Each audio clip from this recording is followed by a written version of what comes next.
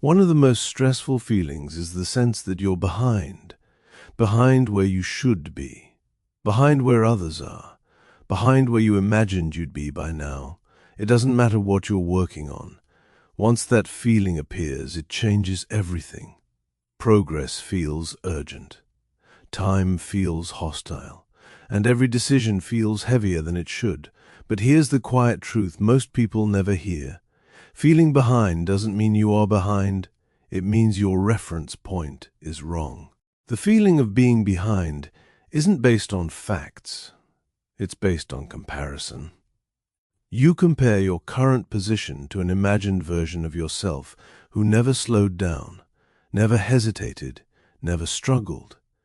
Or you compare your progress to someone else's visible results without seeing their timing, context, or trade-offs. The mind does this automatically.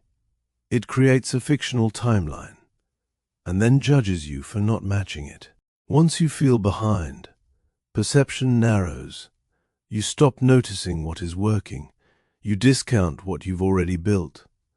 You focus only on the gap. That gap begins to feel like danger. So you rush. You overcorrect. You add pressure.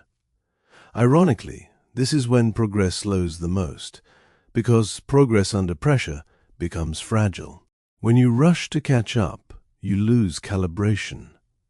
You choose speed over accuracy, intensity over sustainability, short-term relief over long-term direction.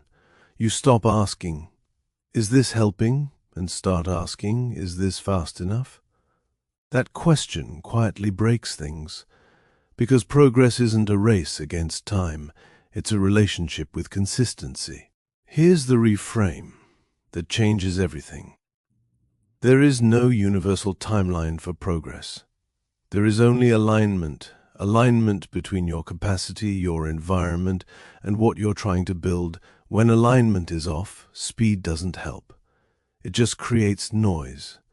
When alignment is right, progress feels quieter, but steadier. Being on time is a social illusion. It assumes everyone starts with the same conditions, the same energy, the same clarity.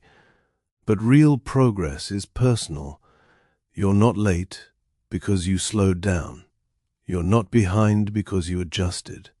You're not failing because you took time to recover. Those pauses are part of the process, not interruptions to it. If you constantly feel behind, it doesn't mean you lack discipline. It usually means you care deeply and are holding yourself to an imagined standard.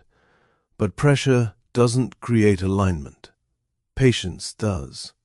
When you stop racing a fictional clock, you regain control of your pace. And pace is what makes progress repeatable.